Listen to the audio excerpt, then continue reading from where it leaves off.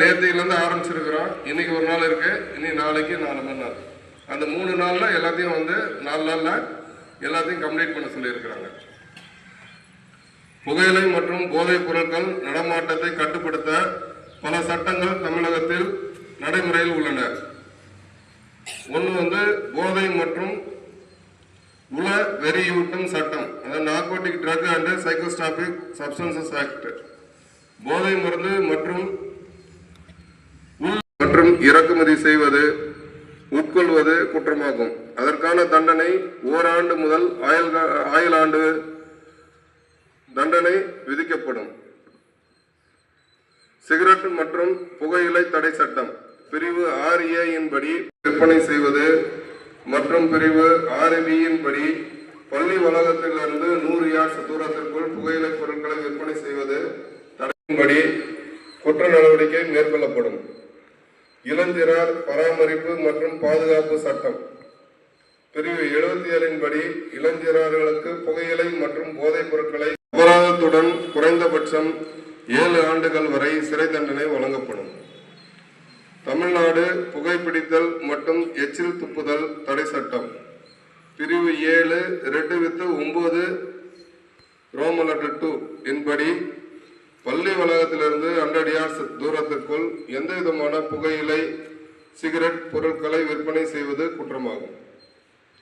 பாரதிய நியாய சங்கீதா 2023 பிரிவு 123 படி ஒரு குற்ற நோக்கத்துடன் விஷம், மயக்கம் மற்றும் போதை 10 ஆண்டுகள் வரை சிறை தண்டனை.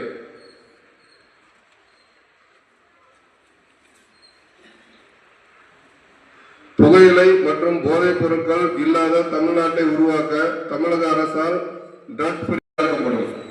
அதனால அந்த ஆப்பை வந்து எல்லாரும் டவுன்லோட் பண்ணி வச்சுங்க. உங்களுக்கு எதாவதுன்னா டக்குன்னு வந்து அந்த ஆப்பில் வந்து நீங்கள் மெசேஜ் போட்டு விட்டீங்க அப்படின்னா எங்கள் கண்ட்ரோல் ரூமுக்கு வரோம். அதில் வந்து என்ன பண்ணுவாங்க, போலீஸ் போய்ட்டு அந்த கடையை போய் ரைட் பண்ணுவாங்க.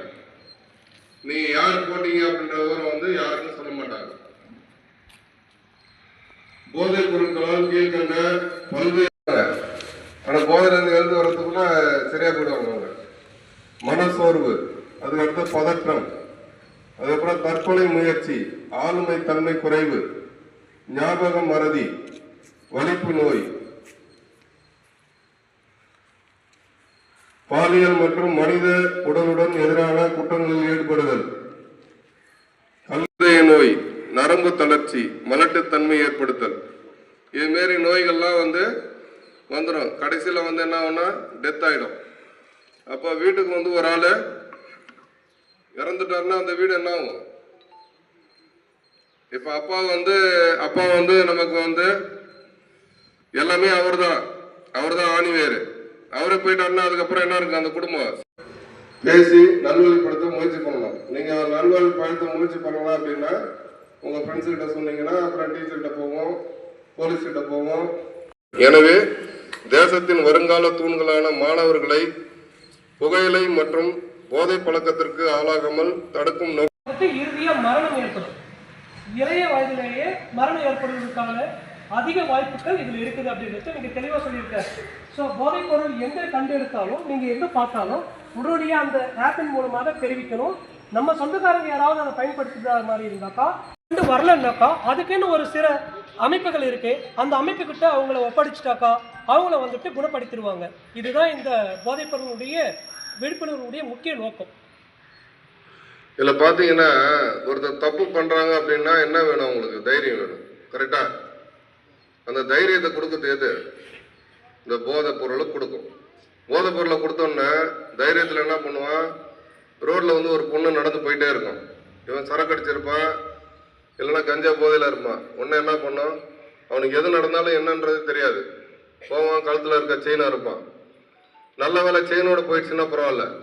மோட்டர் சைக்கிளில் ஒரு லேடி அவங்க ஹஸ்பண்டோட போகிறாங்க. போகும்போது வந்து கழுத்தில் வந்து செயின் இருக்கிறான் அப்படின்னா டக்குன்னு என்ன ஆகும்? நிலை தடுமாறுவாங்க. நிலை தடுமாறும்போது கீழே அந்த லேடி வந்துடுவாங்க.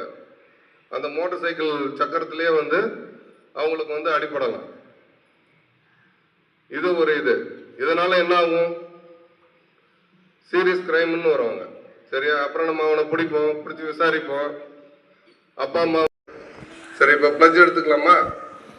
எல்லாம் கையை நீட்டிங்க பார்ப்போம். கையில் எல்லாம் நீட்டி பின்னாடி நின்றுப்பட்டு நான் உறுதிமொழி. போதை பழக்கத்தால் ஏற்படும் தீய விளைவுகளை நான் முழுமையாக அறிவேன். நான் போதை பழக்கத்திற்கு ஆளாக மாட்டேன். மேலும் எனது குடும்பத்தினரையும் நண்பர்களையும் போதை பழக்கத்திற்கு ஆளாகாமல் தடுத்து அவர்களுக்கு அறிவுரை வழங்குவேன். போதை பழக்கத்துக்கு உள்ளானவர்களை மீட்டெடுத்து அவர்களை நல்வழிப்படுத்த எனது பங்களிப்பை முழுமையாக தருவேன். போதைப் பொருட்களின் உற்பத்தி, நுகர்வு, பயன்பாடு ஆகியவற்றுக்கு எதிரான தடுப்பு நடவடிக்கைகளின் மூலம் போதைப் பொருட்களை தமிழ்நாட்டில் வேறறுக்க அரசுக்கு துணை நிற்பேன்.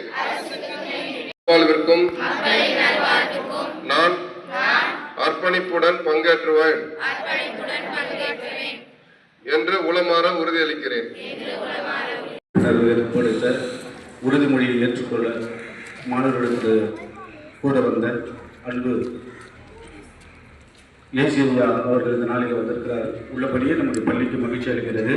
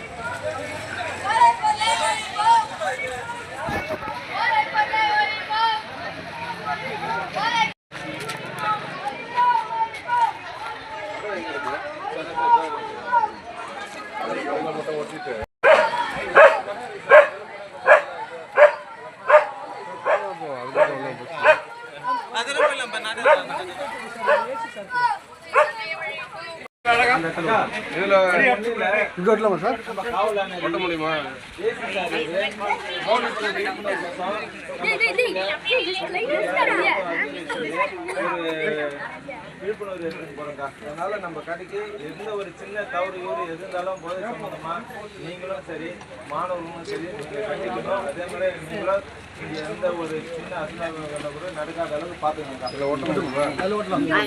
இதெல்லாம் வெளியில தெரியற மாதிரி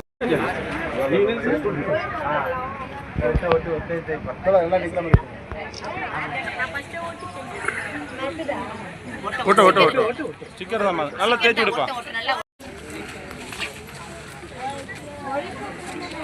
அப்படியே ஒருத்தோட அரே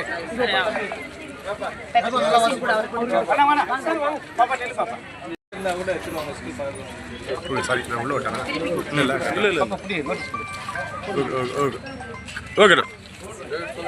ஒழிப்புணர்வு வச்சு ஏசி சார் தலைமையிலே எல்லா ஸ்கூலுக்கும் வராங்க. நம்ம ஸ்கூலுக்கும் வந்துருக்குறாங்க. எல்லா அறிவுரையும் எடுத்து சொல்லிட்டாங்க. இப்போ நம்ம கடைங்களாண்ட ஒரு ஸ்டிக்கர் வச்சு என்ன இது சம்பந்தமாக இது பண்ணுறோம். வேறு ஒன்றும் இல்லை.